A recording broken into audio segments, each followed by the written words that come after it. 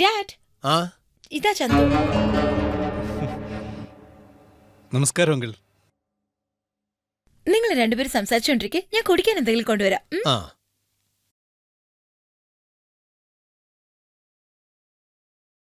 മോനിരിക്കേ. ആ എന്തേ നോക്ക്, എന്റെ മോളെ നീ സ്നേഹിക്കുന്നുണ്ടെന്ന് അറിഞ്ഞു. ആട്ടെ, നിന്റെ സ്വന്തം സ്ഥലം എവിടെയാ മോനെ? നിന്റെ അച്ഛനും അമ്മയ്ക്കൊക്കെ എന്താ ജോലി? നിങ്ങൾ വിചാരിക്കുന്ന പോലെ ഞങ്ങൾ വലിയ കുടുംബക്കാരൊന്നുമല്ല, വെറും പാവങ്ങളാ. ആ എന്ത്? നിന്റെ വേഷമൊക്കെ കണ്ടപ്പോ വലിയ ആളാണെന്നാ ഞാൻ കരുതിയത്. ഒന്നും ഇല്ലാത്തവനാണല്ലേ. ഇതൊക്കെ എന്താ വാടകെടുത്താ? നിന്നെപ്പോലുള്ള പയ്യന്മാരൊക്കെ ഇപ്പൊ ചെയ്യുന്നത് എന്താണെന്നറിയോ? ഒരുപാട് കാശുള്ള പെണ്ണിനെ വളച്ചിട്ടങ്ങ് കല്യാണം കഴിക്കുക. അവളുടെ ആസ്തിയും അന്തസ്സും കണ്ടിട്ടല്ല ഞാൻ അവളെ പ്രേമിച്ചത്, അവളുടെ നല്ല മനസ്സ് കണ്ടിട്ടാ. എന്റെ മോളെ നീ പ്രേമിച്ചു, അത് കുഴപ്പമില്ല. എന്നാ നീ അത് ആരുടെ മോളാണെന്നറിഞ്ഞപ്പോ അത് വിടണമായിരുന്നു. എന്നാ നീ അത് ചെയ്തില്ല.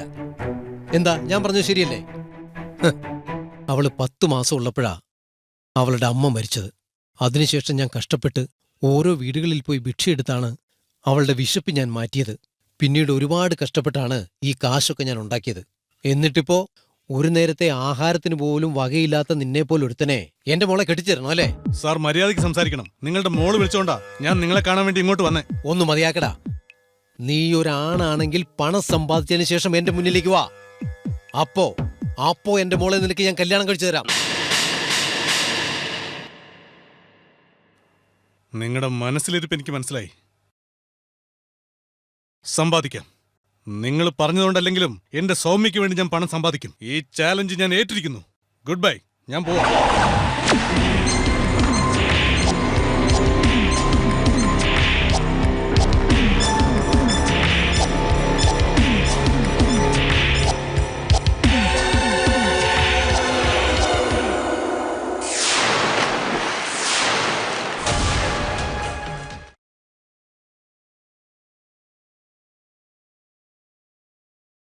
ഡാഡി, ചന്തു എവിടെ? എന്നോട് ചലഞ്ച് ചെയ്തിട്ട് അവൻ പോയിരിക്കാ മോളെ.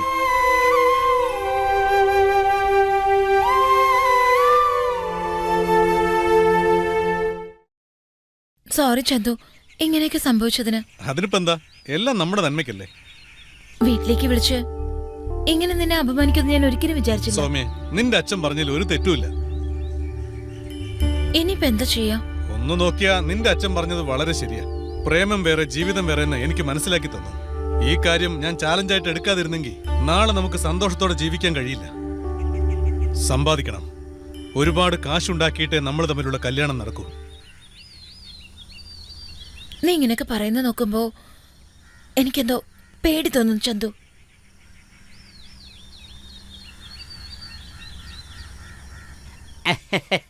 ചന്തു, നീ ഇവിടെ ഇരിക്കുകയാണോ?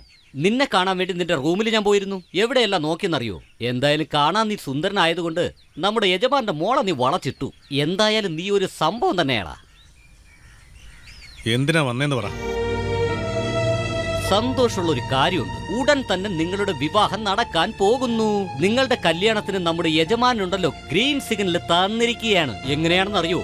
നിന്നെയല്ലാതെ മറ്റൊരാളെ വിവാഹം കഴിക്കില്ല എന്ന് യജമാന്റെ മോള് നിരാഹാര സത്യാഗ്രഹം തുടങ്ങി.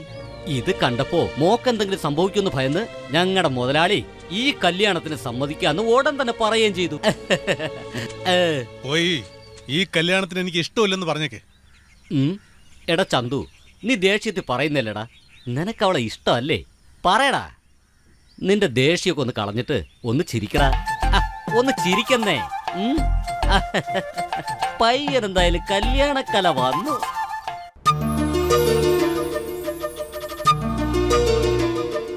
അളിയോ, എന്റെ പൊന്നളിയോ, പ്രേമം എന്ന പരീക്ഷയിൽ നീ എന്തായാലും പാസ്സായി. ഇനി എന്തായാലും അതിനെ കഴിഞ്ഞും വലിയൊരു പരീക്ഷയുണ്ട്, വിവാഹ പരീക്ഷ. വിവാഹത്തിന് എന്തോന്ന് പരീക്ഷയുടെ ഉള്ളത്? വിവാഹം എന്നത് സുഖം കിട്ടുന്ന ഒരു ഏർപ്പാടാ. അതിനെന്തോന്ന് പരീക്ഷയുടെ ഉള്ളത്? ഒന്നും മിണ്ടാതിരിക്കടാ മണ്ട. കല്യാണം എന്ന് വെച്ചാൽ നീ എന്താ കുഞ്ഞുങ്ങളിയാന്ന് വിചാരിച്ചോ? അങ്ങനെ നീ വിചാരിച്ചെങ്കിൽ അത് തെറ്റി. ഒരു പയ്യനും ഒരു പെണ്ണിനും വിവാഹം. വിവാഹം ഇതൊക്കെ എനിക്കറിയാടേ. നീ പറയാവുന്ന കാര്യം മനുഷ്യന് മനസ്സിലാവുന്ന രീതിയിൽ പറയടേ. ഒന്നും പോടാ. ഒരു കാര്യം പറയട്ടെ, എന്തായാലും ജീവിതത്തിൽ നല്ലൊരു കാര്യം നീ ഇന്നാണ് പറഞ്ഞത്. എന്തായാലും മനസ്സിലാവുന്ന രീതിയിൽ നീ ഒന്നുകൂടി പറഞ്ഞതാടാ. എന്നാലേ എല്ലാരും സൂക്ഷിച്ചു കേട്ടോ. ആണ് ആദ്യ രാത്രിയിൽ ഫെയിലായി പോയാൽ പിന്നെ ആ പെണ്ണിന്റെ അടുത്ത് ജീവിതകാലം മുഴുവനും അടിമയായിട്ടിരിക്കണം. That is fact. നീ പറഞ്ഞത് ശരിയാളിയാ. പിന്നെ ഒരിക്കലും വിജയിക്കാൻ കഴിയില്ല. ഞാൻ നിങ്ങൾക്ക് വലിയൊരു കഥ പറഞ്ഞു തരാം.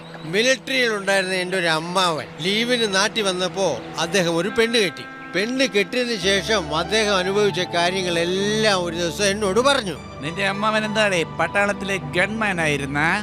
നോ നോ, അവിടുത്തെ കിച്ചണിലെ ഗ്രേറ്റ് കുക്ക. സത്യം പറഞ്ഞ അദ്ദേഹത്തിന് ഈ കാര്യത്തിൽ ഒന്നും അറിയില്ലായിരുന്നു. ആദ്യ രാത്രി കാര്യം നടത്തിയിട്ട് അദ്ദേഹം അങ്ങനെ തന്നെ കിടന്ന് അങ്ങ് ഉറങ്ങിപ്പോയി. നിത്യേന ഈ സംഭവമായപ്പോ ആ പെണ്ണും പിള്ളയ്ക്ക് അരിശം തോന്നി. അവര് തോട്ട ജോലി ചെയ്യുന്ന ഒരുത്തൻ്റെ കൂടെ അങ്ങ് ഇറങ്ങിപ്പോയി. അതുകൊണ്ട് ഞാൻ പറയുന്നത് എല്ലാവരും ശ്രദ്ധിച്ചു കേൾക്കണം. കല്യാണത്തിന് മുൻപ് പ്രാക്ടിക്കൽ അത്യാവശ്യമാണ്. ആ ആ കണ്ടോടാ, കാര്യം പറഞ്ഞപ്പോ തന്നെ നമ്മളാളെത്തിയല്ലോ. Hi hi സരോ. എന്താ പാർട്ടിയാണോ? അതെ sweetheart, may I help you? Definitely. ഇവൻ എന്റെ ഫ്രണ്ട് ചന്തു. ഹായ്. ഹായ്. ഇവന്റെ ലവ് സക്സസ് ആയി. അതിനു വേണ്ടിയാ ഈ പാർട്ടി. Really? Congratulations Chandu. Thank you. Saro, നീ ഇവനൊരു പ്രാക്ടിക്കൽ ക്ലാസ് ഒന്ന് കൊടുക്ക്. ഓക്കെ? ഓക്കെ.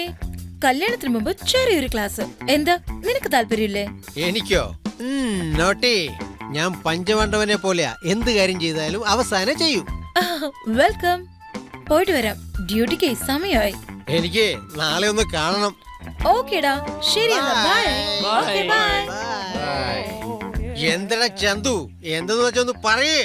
നീ ഞാൻ പറഞ്ഞതുപോലെ ഹീറോ ആകുന്നോ അതോ ഞാൻ നേരത്തെ പറഞ്ഞതുപോലെ എന്റെ അമ്മാവനെ പോലെ സീറോ ആകുന്നോ? ടെൽ മീ, പറയടാ. I want immediate answer. എടേ ഒന്ന് പറയടാ. ശരി, നിന്റെ ഇഷ്ടം.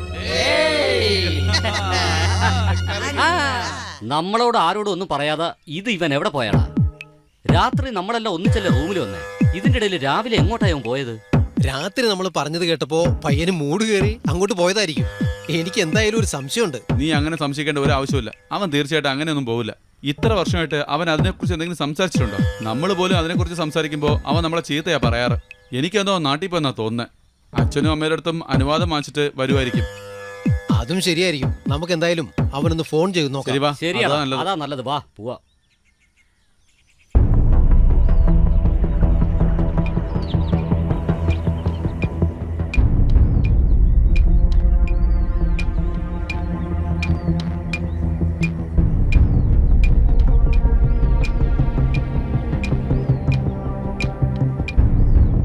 എന്താടാ, അവനവിടെ ഇല്ലേ? എന്താടാ, അവനെ കണ്ടില്ലെന്ന് പറഞ്ഞോ? എടാ, അവനെ കാണാനില്ലെന്ന് പറഞ്ഞു കഴിഞ്ഞാൽ അവർ പേടിക്കില്ലേ? ഇവ ഒരു മണ്ടൻ തന്നെ.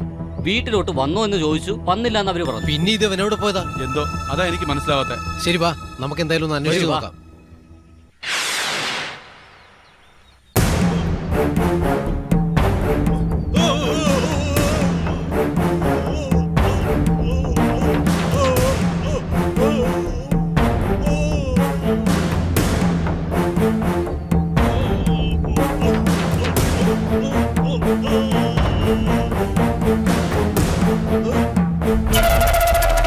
എന്നെ എന്തിനാ രക്ഷിച്ച? നീ ഇപ്പൊ മരിക്കാനായിട്ട് എന്ത് കാരണമുള്ളത്? അതെന്താണെന്ന് എന്നോട് പറ. പ്ലീസ്, ഞാൻ പറയുന്ന കേക്ക്.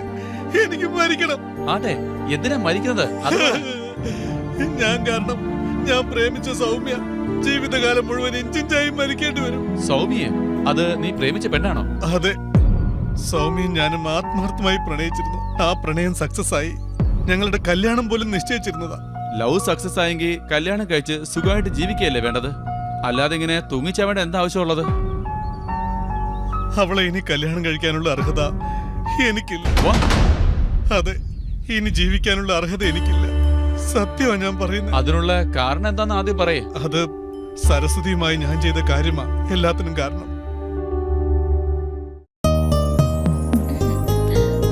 ഏയ്, ലൈറ്റ്സ് ഓഫ് ചെയ്യണ്ടേ? ഇങ്ങനെയുള്ള എനിക്ക് കല്യാണം കഴിച്ച് സന്തോഷമായിട്ട് ജീവിക്കാൻ പറ്റൂ. അറ്റ്ലീസ്റ്റ് ഞാൻ മരിച്ച സൗമ്യക്കെങ്കിലും നല്ലൊരു ജീവിതം കിട്ടുമല്ലോ. ഞാൻ മരിച്ചതുപോലും ആർക്കും അറിയാൻ പാടില്ലെന്ന് കരുതിയിട്ടാ ഇത്രയും ദൂരത്ത് വന്ന് മരിക്കാൻ തീരുമാനിച്ചത്. എന്തായാലും ഈ കാര്യത്തിന് വേണ്ടി നീ മരിക്കാന്ന് പറയുന്നത് മണ്ടത്തരോ. സത്യം പറഞ്ഞ എനിക്ക് ലിംഗം ചെറുതാ. എന്റെ അടുത്ത് ഒരു പെണ്ണുങ്ങളും വരില്ല എന്ന് എന്റെ കൂട്ടുകാരെന്നോട് പറഞ്ഞെന്നെ കളിയാക്കുമായിരുന്നു. എന്നാ ഞാൻ വിചാരിച്ചത് തെറ്റായിരുന്നു. ഭാര്യയെ തൃപ്തിപ്പെടുത്താൻ ഇതൊന്നും ഒരു വലിയ പ്രശ്നമല്ലെന്ന് എന്റെ പ്രൊഫസർ എന്നോട് പറഞ്ഞു. ഇന്ന് ഞാൻ എന്റെ ഭാര്യയും മൊത്തം എത്ര സന്തോഷത്തോടെ ജീവിക്കുന്നേ. എന്റെ കൂടെ വാ. നീ ചെയ്തത് എത്ര വലിയ തെറ്റാന്ന് നിനക്ക് ഞാൻ മനസ്സിലാക്കി തരാം.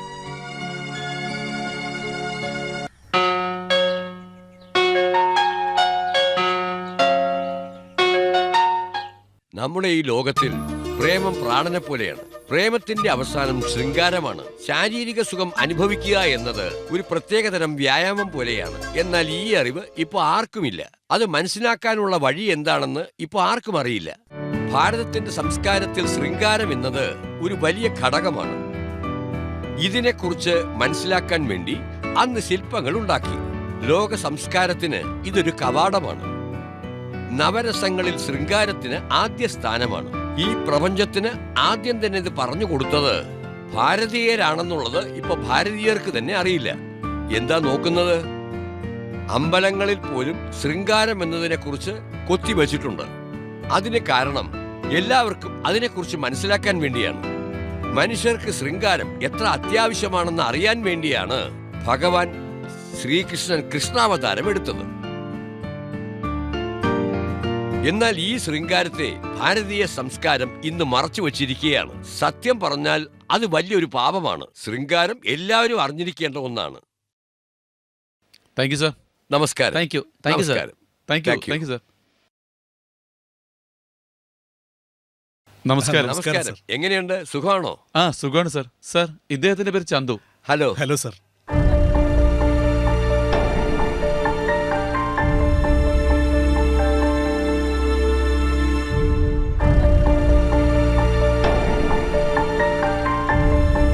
നിങ്ങളെപ്പോലുള്ള ആൾക്കാരെ കാണുമ്പോൾ എനിക്ക് ദേഷ്യമാണ് വരുന്നത്. ഇന്നത്തെ ചെറുപ്പക്കാർ ചെറിയ ചെറിയ കാര്യങ്ങൾക്ക് ആത്മഹത്യക്ക് ശ്രമിക്കുകയാണ്. ഇത് എത്ര വലിയ തെറ്റാണ്. സെക്സിലുള്ള പേടി അല്ലെങ്കിൽ വേറെ ഏതെങ്കിലും കാര്യം, ലിംഗം ചെറുതായിരിക്കുന്നത്, ഇതൊക്കെ സാധാരണ പ്രശ്നങ്ങളാണ്.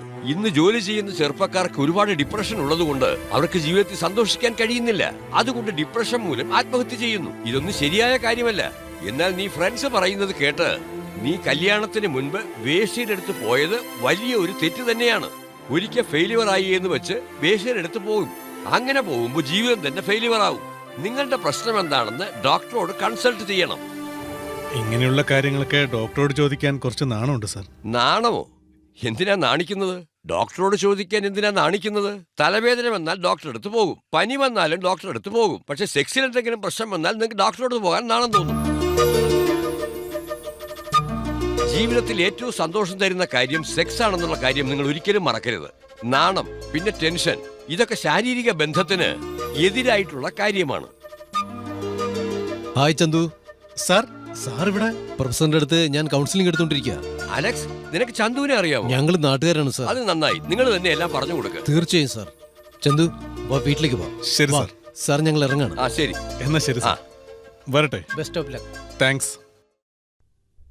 എല്ലാ സ്ഥലത്തും നോക്കി, എല്ലാവരെയും ഫോൺ ചെയ്ത് നോക്കി, പക്ഷെ എങ്ങും കാണാനില്ല. സൗമ്യയോട് മുത്തശ്ശി മരിച്ചിരിക്കുകയാണ്. അതുകൊണ്ട് ഉടൻ നാട്ടിലേക്ക് പോകുമെന്ന് പറഞ്ഞു വന്നു. സത്യം പറഞ്ഞ സൗമ്യ സഹിക്കില്ലടാ. അവളെന്തെങ്കിലും ചെയ്തു വെക്കൂന്നാ എനിക്ക് പേടിയാന്നേ. നീ വായി തോന്നിയൊക്കെ പറയണമെങ്കിൽ അടിച്ച് പല്ല് കൊടിക്കും ഞാൻ. അവൻ തീർച്ചയായും സുരക്ഷിതനായിരിക്കും. അവൻ എവിടെയാണെങ്കിലും നമുക്ക് കണ്ടുപിടിക്കണം. നീ ഇതെങ്ങോട്ടാ പോകുന്നേ? നിന്റെ വയറ്റിലെന്താടാ? മുല്ലപ്പെരിയാർ ഡാമാണോ? എപ്പോ നോക്കിയാലും മൂത്രമൊഴിപ്പാണല്ലോ. അവനൊന്ന് പോയിട്ട് വരട്ടടാ. ഒന്നും മിണ്ടാതിരിക്കടാ. അവനോട് പ്രയാസം അവനോനെ മനസ്സിലാവും.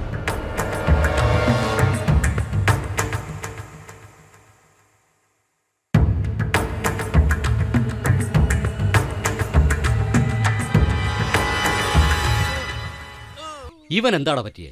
വാ നമുക്ക് പോയി നോക്കാം. എന്താടാ? എന്താ പറ്റി നിനക്ക്? കഴിഞ്ഞടാ, എല്ലാം കഴിഞ്ഞു പോയടാ. സസ്പെൻസ് വെക്കാതെ കാര്യം പറയടാ. മൂത്രം ഒഴിക്കുന്ന സ്ഥലത്ത് പുണ്ണായിരിക്കോടാ. അവിടുന്നാണെങ്കിൽ പഴുപ്പും വന്നോണ്ടിരിക്കോടാ. ദേ തമാശ പറയല്ലേ, നീ സത്യം പറയടാ. പ്രോമിസ്, ഞാൻ പറയുന്നത് സത്യമാണ്ടാ.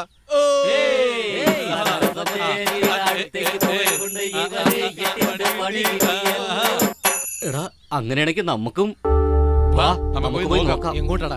ഇങ്ങനെയുള്ള രോഗം കിട്ടിക്കഴിഞ്ഞാ സെക്സ് ഡോക്ടറിന്റെ അടുത്തല്ലാതെ വേറെ എവിടേക്കാ പോവുക? ടൻ ടടൈ.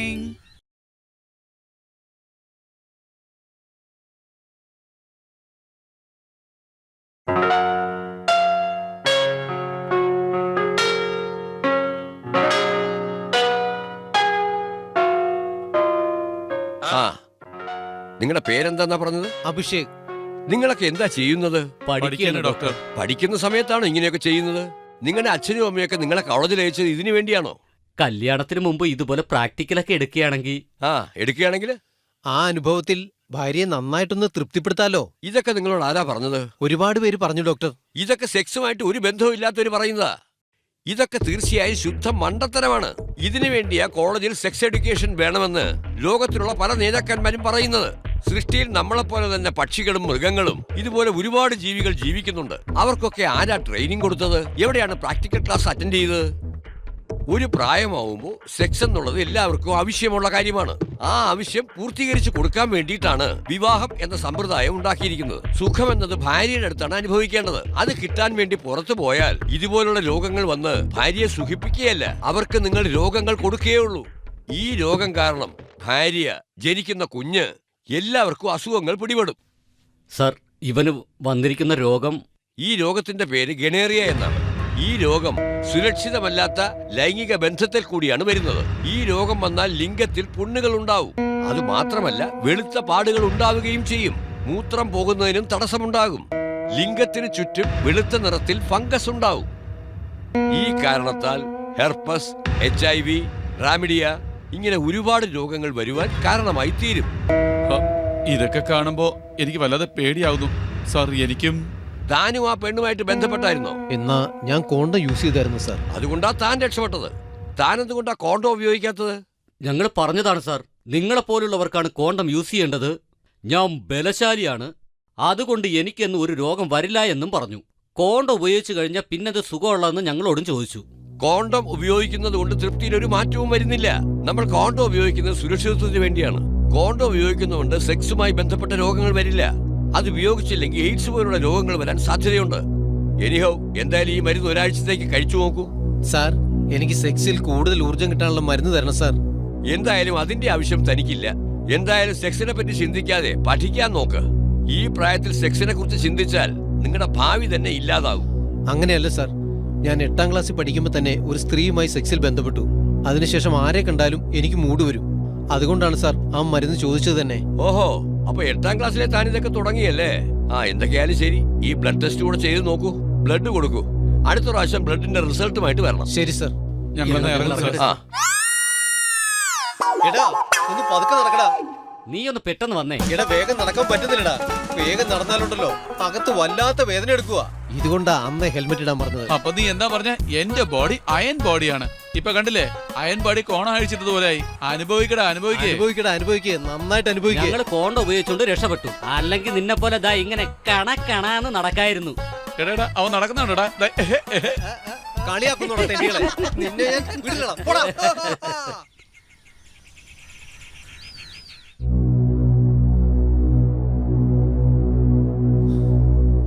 എന്താ ചന്തു, എന്താ ആലോചിച്ചോണ്ടിരിക്കുന്നത്? സൗമ്യയെ കുറിച്ചാണോ? സൗമ്യക്ക് ഫോൺ ചെയ്തായിരുന്നോ? എടാ നിന്നോടാ ചോദിച്ചേ. എടാ cool down Chandu, cool down. എന്തിനങ്ങനെ കൊച്ചുകുട്ടികളെ പോലെ കരയുന്നേ?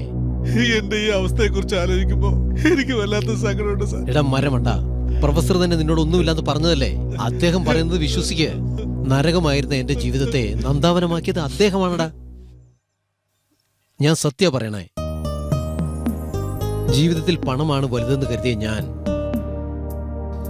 എല്ലാം പണം കൊണ്ട് നേടാൻ കഴിയുമെന്ന് വിചാരിച്ച് രാവും പകലും പണിയെടുത്ത് ഞാൻ ഒരുപാട് കാശുണ്ടാക്കി. പണം മാത്രമായിരുന്നു എന്റെ ലക്ഷ്യം, എന്റെ ജീവിതവും.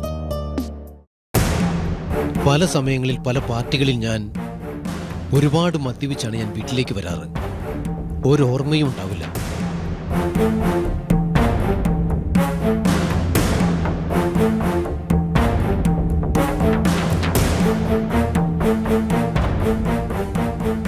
പണത്തിനോടുള്ള മോഹം കാരണം ഞാൻ ഭാര്യയെ തന്നെ മറന്നുപോയി. കല്യാണം കഴിഞ്ഞ സമയത്ത് ഭാര്യയോട് ഒരുപാട് സ്നേഹമുണ്ടായിരുന്നു എനിക്ക്. സെക്സിൽ ഞങ്ങൾ വളരെ തൃപ്തരായിരുന്നു. എന്നാൽ പണം സമ്പാദിക്കാനുള്ള മോഹം വന്നപ്പോൾ അതെല്ലാം കുറഞ്ഞു. ഇത് കാരണം എൻ്റെ ഭാര്യ മാനസികമായി തളർന്നുപോയി എന്ന വിവരം ഞാൻ അറിഞ്ഞിരുന്നില്ല. അവൾ മറ്റുള്ളവരുമായി സംസാരിക്കുന്നതും ഇടപഴകുന്നതും നിർത്തി. കുട്ടികളോട് അവൾ വല്ലാത്ത ദേഷ്യം കാണിച്ചു. കൊച്ചുകുട്ടികളെന്ന് പോലും നോക്കാതെ അവരെ ഒരുപാട് അടിച്ചു, ഉപദ്രവിക്കുകയും ചെയ്തു. ചിലപ്പോഴൊക്കെ അവൾ ഭ്രാന്തികളെ പോലെയാണ് പെരുമാറിയത്. അവൾക്ക് മാനസികമായി എന്തോ കുഴപ്പമുണ്ടെന്ന് കരുതി ഞാൻ ഡോക്ടറിൻ്റെ അടുത്ത് കൊണ്ടുപോയി. ഒരു രോഗവുമില്ല, ഡിപ്രഷനാണെന്ന് പറഞ്ഞു. അങ്ങനെ ഇരിക്കുമ്പോഴാണ് എൻ്റെ വീട്ടിലേക്ക് ഒരു ദിവസം എൻ്റെ അച്ഛൻ്റെ കൂട്ടുകാരനായ ഈ പ്രൊഫസർ വന്നത്. വന്ന ഉടൻ തന്നെ അദ്ദേഹം എൻ്റെ ഭാര്യയുടെ അവസ്ഥ മനസ്സിലാക്കി. അലക്സ്, നീ തെറ്റിദ്ധരിക്കില്ലെങ്കിൽ ഞാനൊന്ന് ചോദിക്കാം. സത്യം പറയണം. ചോദിക്കണം സാർ, ഞാൻ തീർച്ചയായും പറയാം. നിനക്കിപ്പോഴൊക്കെ പണം സമ്പാദിക്കുന്നതിൽ മാത്രമേ ആഗ്രഹമുള്ളൂ അല്ലേ? അതെ സാർ. സാറിന് എങ്ങനെ മനസ്സിലായി ഇതൊക്കെ? നിന്റെ ഭാര്യയെ കണ്ടപ്പോൾ എനിക്കത് മനസ്സിലായി. അവൾ ഒരുപാട് ഡിപ്രഷനിലാണ് ഉള്ളത്. സന്തോഷമെന്നത് ആ മുഖത്തൊരു തുള്ളി പോലും ഇല്ല. ഈ ഇടയ്ക്കാണ് സാർ എല്ലാം മാറിപ്പോയത്. എത്രമാത്രം കഷ്ടപ്പെട്ടാണ് ഞാൻ കാശുകൾ ഉണ്ടാക്കിയത്.